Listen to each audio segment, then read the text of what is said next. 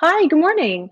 My name is, or no, sorry, it's afternoon. I'm on the Pacific Coast, sort of. I live in Arizona, and my name is Megan Finnerty, and you are watching Coronavirus Conversations from the USA Today Network. Thank you so much for joining us. The point of our show, as you guys know, is to help you feel empowered because we know that fact fight fear. And we are leveraging insights and reporting of more than 5,000 journalists from across our network, as well as insights from experts across the country to answer your most important questions. Today's show is all about money because overwhelmingly of the 14,000 questions you guys have submitted, many of them are about money and resources. And we are here to help you get connected to facts, insights, and expert tips on how to get through this time. I'm excited to welcome up, I'm going to introduce you to all of our guests. We are going to hear from Charisse Jones, a reporter from USA Today Money. She's going to talk about unemployment. Gary Burtless is a senior fellow in economic studies at the Brookings Institution in Washington. Hi. Hello. Brent Schrotenboer, hi Gary, an investigative reporter from USA Today is going to talk about getting to the bottom of the toilet paper supply chain. Thanks, Brent. We'll also be talking with our colleague Alfred Miller, a reporting with Louisville Courier Journal on the meat supply chain. And ideally, we will also hear from Susan Tompor, a personal finance columnist at the Detroit Free Press. She's going to talk to us about the CARES Act. I will let you know she's been having a little connectivity issue, and so hopefully we'll hear from her. But if not, we'll summarize that for you anyway. But we are going to get kicked off today with Charisse Jones. Charisse is going to talk with us about unemployment. Charisse, thanks so much for being with us today. I'm glad to be here. Now, you recently had a story that was recapping just the state of benefits right now. And my first question, which I was literally just talking with a girlfriend about, she's filed, was why is it so hard to file? Like, what is going on? Well, you have this amazing crush of people, a record-breaking 22 million people filed jobless claims for the previous 4 weeks as of last week. So you have millions of people that are trying to get this relief. You have all of these states that have a different system. Nobody's quite alike. They're antiquated. They haven't been updated in decades, and they don't have enough personnel. So as a result, you've got this backlog of claims, you don't have enough people to process them, and it's become incredibly frustrating. But I would recommend that people not give up. You need this money. It just might take a little bit of patience. Well, I appreciate that encouragement, but when will people start getting their benefits? I know some people filed, 4 or 5 weeks ago, kind of right when this happened. Yeah. Even in the best of times, it can take about 2 to 3 weeks to get your first unemployment check. And obviously with the backlog, with the lack of personnel, with the old computer systems, it's taking a little bit longer. I've spoken to people in Georgia, for instance, who got their benefits right away on their debit cards. Other folks in New York State can't even get through on the phone. They're not getting an email back. They're not getting a message. And so hopefully, again, this logjam is starting to clear a bit. The federal government allotted about $1 billion to hire more personnel to deal with this. New York has hired 1,000 people. California's hired 1,300, but it's taking a while. So it might be a few more weeks. God, that must be so nerve-wracking for people. But I know there is some bright spot that talk to me about the stimulus, the federal relief bill.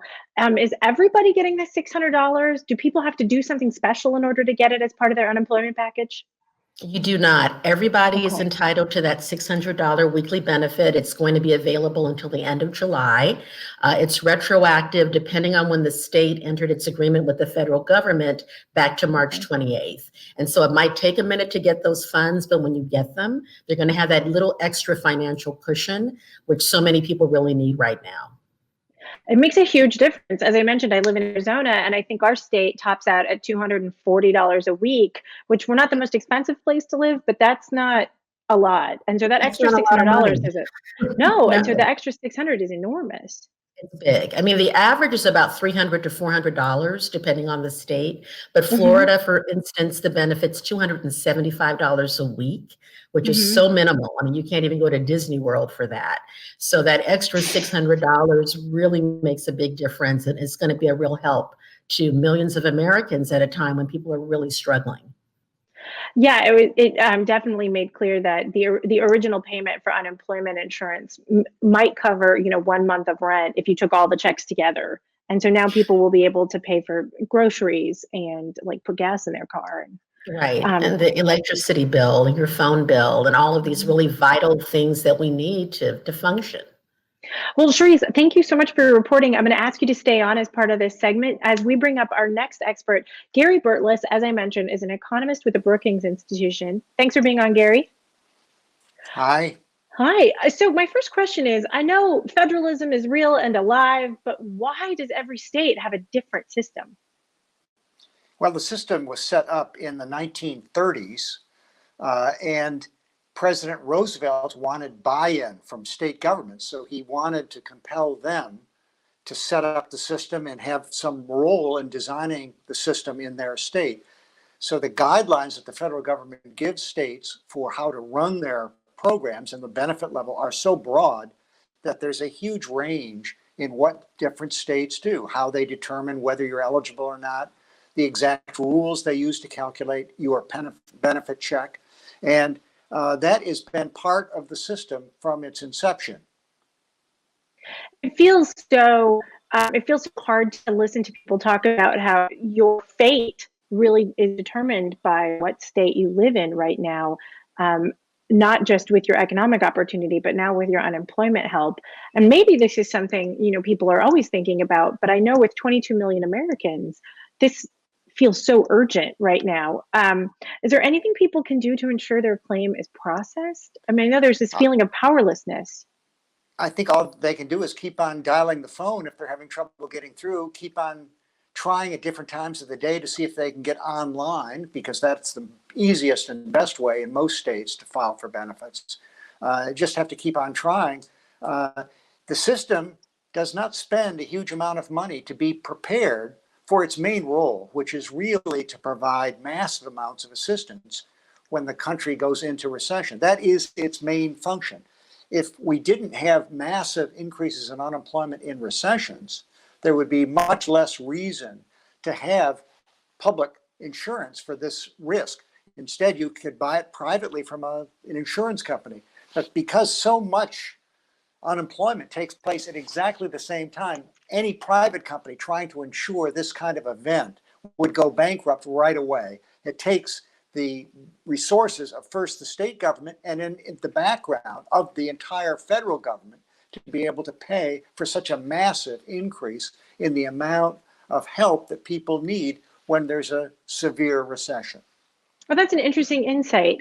Gary, I'm going to ask you also, do you know if anything, like what are states doing? I know Charisse mentioned they're hiring up, but this seems like a technological problem they could have seen coming, or is that not really how states work?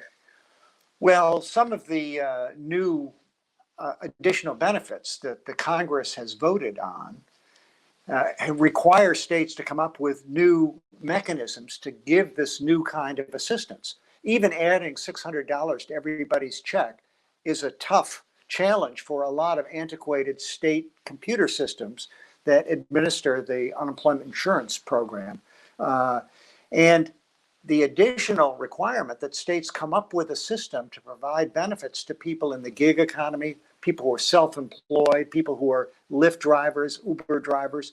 That is not what the unemployment insurance system is designed to do. It's not designed to provide assistance to the self-employed, but instead to regular wage and salary workers. And it turns out, too, that giving the extra $600 worth of benefits and giving benefits to newly eligible groups requires some really cumbersome administrative changes. So for a while, New York State required people who knew they were not eligible for standard unemployment insurance to file a claim and then be denied for that claim before they could file for the special pandemic unemployment assistance. And that really added to the amount of time it takes to get through the system. Now, New York negotiated with the federal government a system whereby you only need to file one unified application for benefits. And so that's going to save some time. But for the first 2 or 3 weeks, you had to first file a claim that was going to be denied, and then your claim for pandemic unemployment assistance would be considered. That sounds like so heartbreakingly bureaucratic. I'm mean, I'm not like super surprised, but I am disheartened. Gary, I want to bring up our colleague Charisse. She has a question to kind of add to the conversation. Charisse, go ahead. Hi, Gary. Are you finding that many of the state employees don't even know what the Federal CARES Act is allowing? I mean, I'm talking to people who say they call in, they get their phone call through, and then the people that pick up don't even know, Right. what's being enabled. Is that becoming a real issue? I think it's an issue for two reasons. One, the federal government first had to decide, well, who is eligible and who isn't eligible for this congressionally mandated assistance benefit. Then the Secretary of Labor had to write guidelines to implement the federal understanding. Then negotiations had to take place with each state in order to assure that the state came up with a program, a system for administering this new kind of benefit. And the sequence of negotiations have added, I think, to the time that it's taken to get these systems operating. But even so, I'm sure that a lot of people who work for state unemployment insurance programs are confused because they're used to running a standard unemployment insurance system, and this is a whole new kind of benefit, one that is intended for people who do not typically find themselves eligible to get an unemployment insurance benefit. And that is going to require a whole different set of evidence that you present in order to assure the state unemployment insurance program that you are eligible for this new kind of benefit. My goodness. That is so, I know, it's so interesting. I know also that if certain companies have gotten the PPP, the Paycheck Protection Plan, I have friends who were laid off immediately or pretty quickly. Now their company has gotten that assistance from the federal government, God bless. And they were told, well, we're going to bring you back on for as long as that money lasts. So you had a few months of unemployment, then you're going to be employed again, but then we don't really know what's going to happen after, June 31st or something like that. So you can really see how like individuals feel really whiplashed, but it's now sounding also like our state systems are feeling that same whiplash as well. Well, there's one bright side. I love it, Gary. The one bright side is this is as generous in terms of benefit amount per week as the program has ever been in its history. There's never been a time when such a large proportion, large percentage of your lost earnings are being replaced by the system. The average benefit in January of this year was $385 per week. So you add $600 to that, you're increasing people's benefits. You're more than doubling the average recipient's benefits, which is certainly going to help a lot of people pay bills through very, very difficult times. Thank you for giving us that bright side, Steve. Charisse has another question, and then we'll, Charisse, go ahead.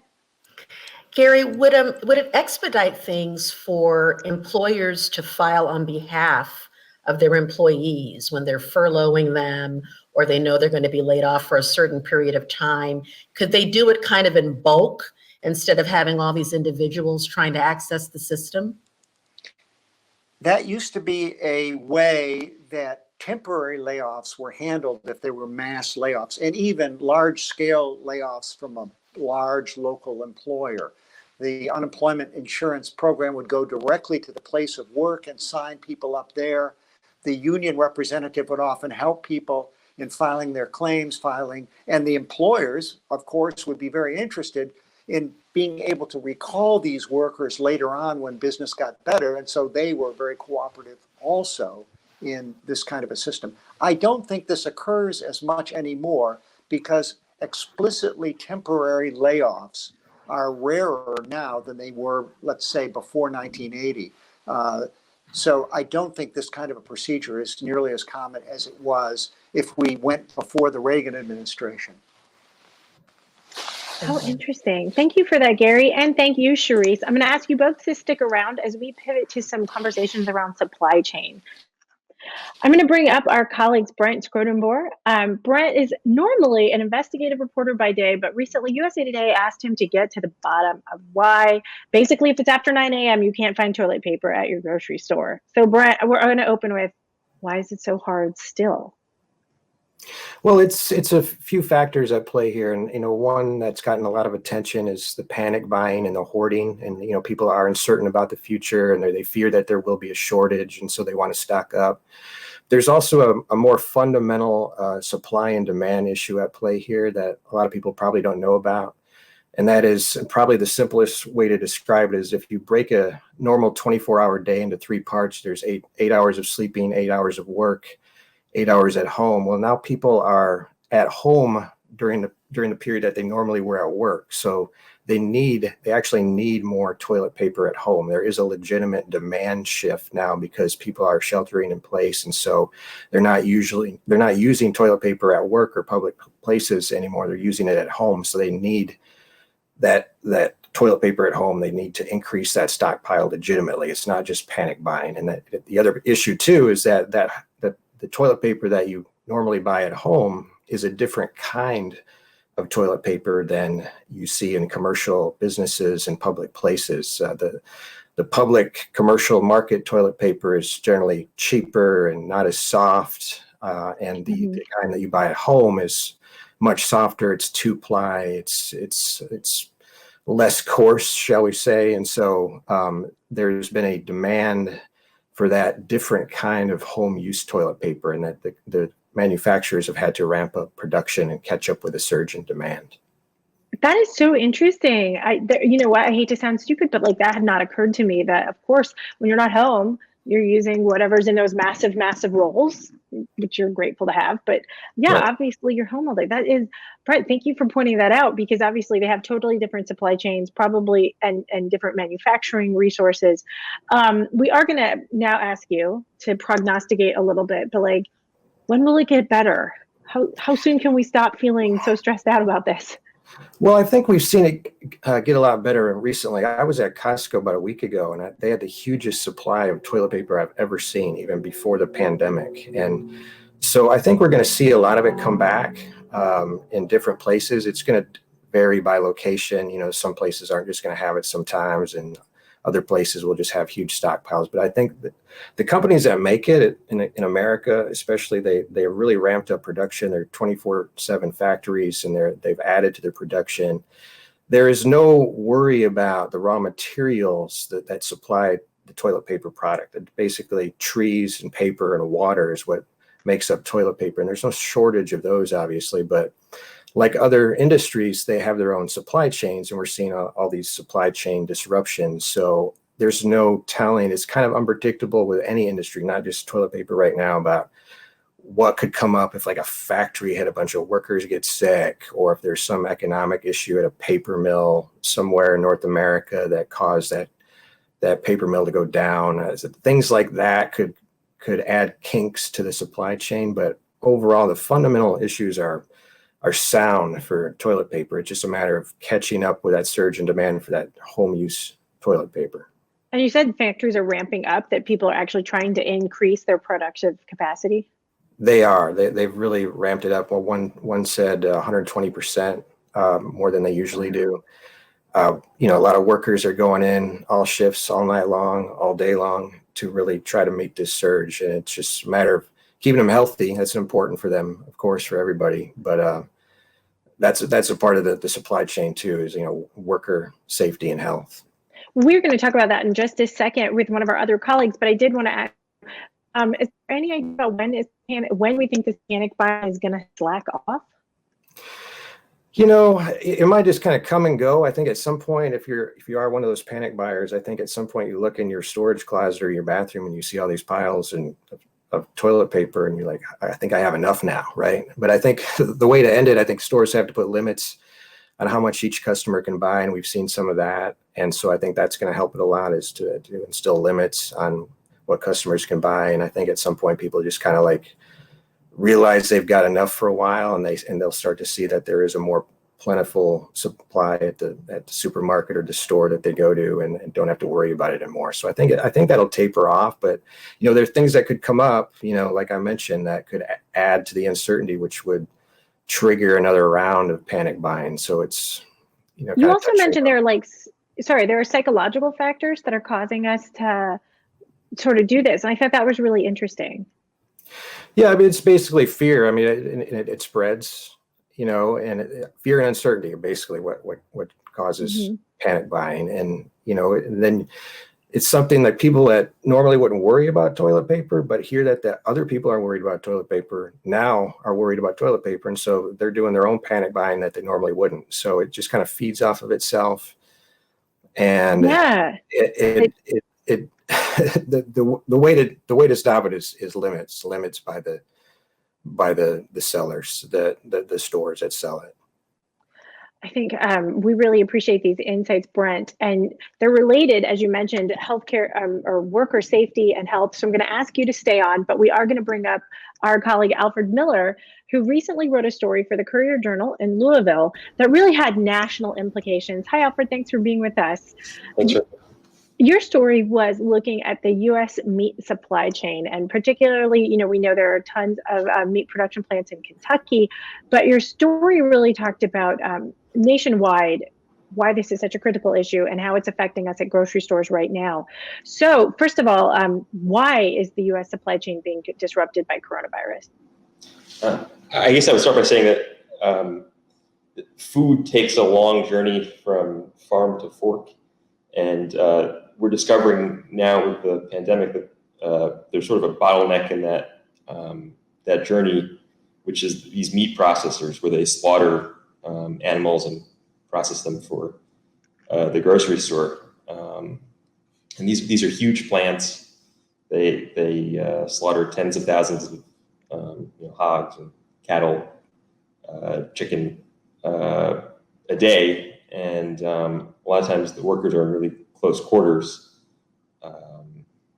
So it's an environment where the virus has spread rapidly. There were, in fact, I think in South Dakota last week, half of the state's coronavirus cases could be attributed to one plant there that accounted for 4 to 5% of the U.S. hog Pork production, yeah. Production. So that plant was forced to close, and across the country, at least 8 plants have closed, and workers have died.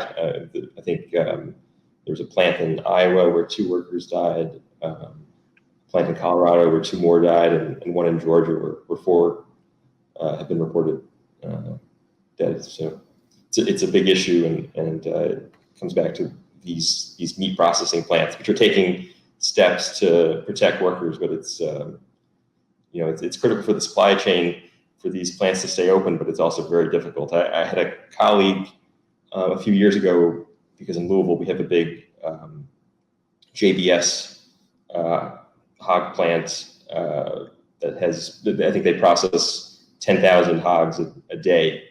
Wow. And he described it as like a deadly dance where people are shoulder to shoulder trying to slaughter hogs, and it's not ideal conditions. No, and seems really difficult, to institute social distancing measures when you're literally on a factory line. That factory productivity is related to how many people can work, next to each other. What is the impact of this supply chain disruption? I know we've heard of wasted products and obviously empty shelves. What are you seeing? As far as meat goes, I spoke to a rancher last week here in Kentucky. Kentucky is the largest beef cattle producer east of the Mississippi River, so we have kind of an interest in this topic. And what that rancher talked to me about was the ripple effect that the slowing of production and shutting down of these meat processing plants is having all the way back up to the ranchers, because if these plants can't process meat anymore, there's nowhere for these ranchers to sell their cattle. So that's causing prices going up the chain to plummet. But then there's also a fear of a shortage, so the price of meat at the grocery stores is rising. Yeah, it seems like there's a huge disconnect that I'm sure kind of feels pretty alarming. And certainly your reporting, I don't think was alarmist, but it was really gaming out how complex the meat processing system is, and how how many steps there are between, the ranch and your table. When do things look like they're going to start improving? I mean, I know people are working on this constantly. It's hard for me to say. I do know that at least in Kentucky,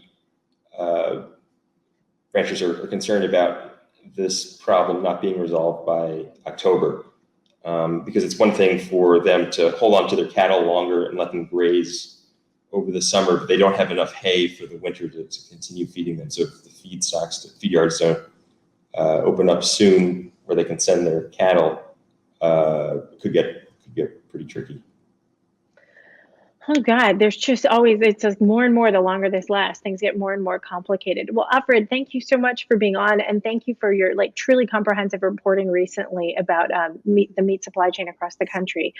That was one of your biggest questions everyone's asked so far. And so one of the other things everyone has asked us about, Alfred, thanks. We can take you down real quick. One of the things people have asked us a lot about are their stimulus checks. And Susan Temple was going to be with us, but we had a little bit of, we had some technical issues. I don't think she's able to make it, but we still wanted to be able to talk with you guys about some of her reporting. And we will share the link to her stories below and in the chat. But first of all, we did want you guys to know that one of the big questions you asked is when will our stimulus checks arrive? And the first group of checks is supposed to go out the week of May 4th. And then they will be arriving in May and June and July, sort of like concurrently. You can also check your check online. The IRS will mail a letter to your last known address. Then it will ask you to go to irs.gov/coronavirus, as you guys can see right here. Then there's like an exact thing you're supposed to click. Of course, it says, enter payment info. Obviously, you can click get my payment. So there's a lot there. And of course, this is a little cue card we have, but it's also in the link in the story. People will also get paper checks if you have not been previously filing your taxes, if you don't have like an automatic a routing number shared with the federal government, or if you're typically like a low income family or individual where you were making perhaps under $10,000 a year, you would not be paying a ton of taxes on that, and so maybe your tax situation looks different than many other Americans. And so we've had a lot of questions. People are really just wondering when is my check going to arrive? And the answer is no yet, but should be arriving later in May, and that you can check it and track it on the new IRS website. So I'd like to thank all of our guests for being on today. We really appreciate your insights as you've guided us through some of the most pressing questions around economics, unemployment, our stimulus checks, the supply chain, and definitely a mixed bag of insights and prognostication, it sounds like. But I appreciate all of you trying to find the bright side. To you, our audience, thank you so much for watching.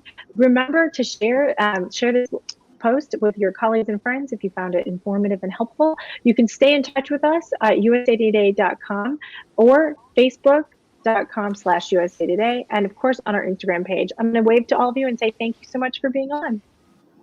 Thank you. Thank you. Thank you. And thanks so much to you guys for watching. Hey, thanks for watching. If you like this video, check out these other videos from USA Today to stay up to date with all the latest news.